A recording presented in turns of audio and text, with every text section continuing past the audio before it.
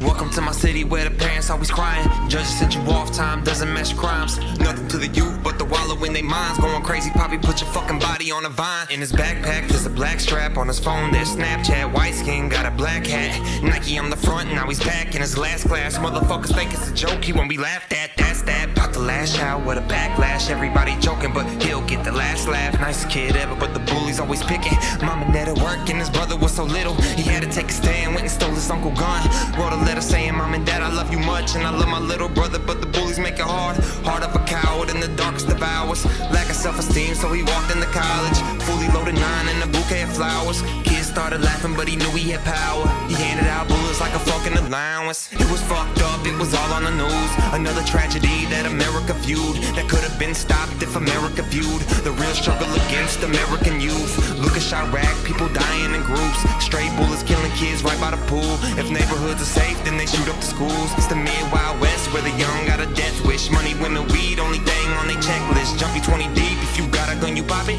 Get them out your pocket cause they looking for a profit. If you say you won't do it, then you only talking foolish luck. The dozens of shootings scattered across the city this weekend, most hitting the south side the hardest, including 81-year-old great-grandma. There were so many killings and shootings that even local media had trouble keeping up. The Chicago Tribune focused just on a 4-hour period on Sunday afternoon, wherein just that small period of time, 4 people were killed and 25 were injured. The shootings mean more than 1,100 people have been shot in the city. Aren't pretty clear. I mean, the economy needs to be better. The faces of these lost and unconnected young men and women are often invisible.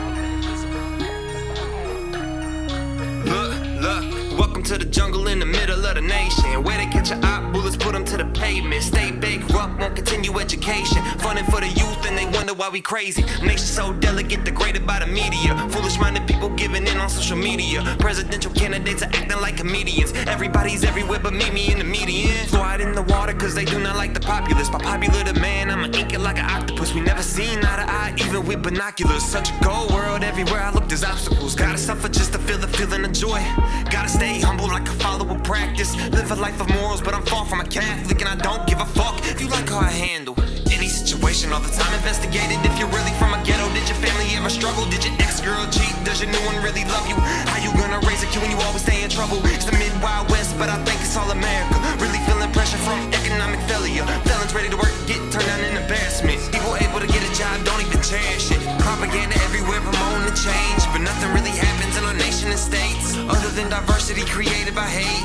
Turn on Fox News, man, it's all about race. But what about the problems that the government made? Cancer, education, don't forget about AIDS. And when we bring it up, man, they lie to our face. Welcome to the motherfucking United States.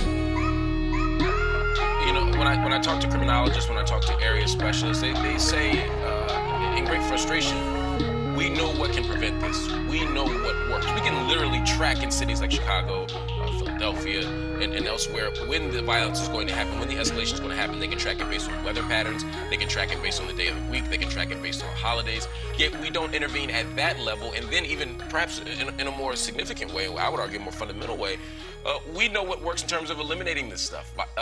Violence ends when people have jobs.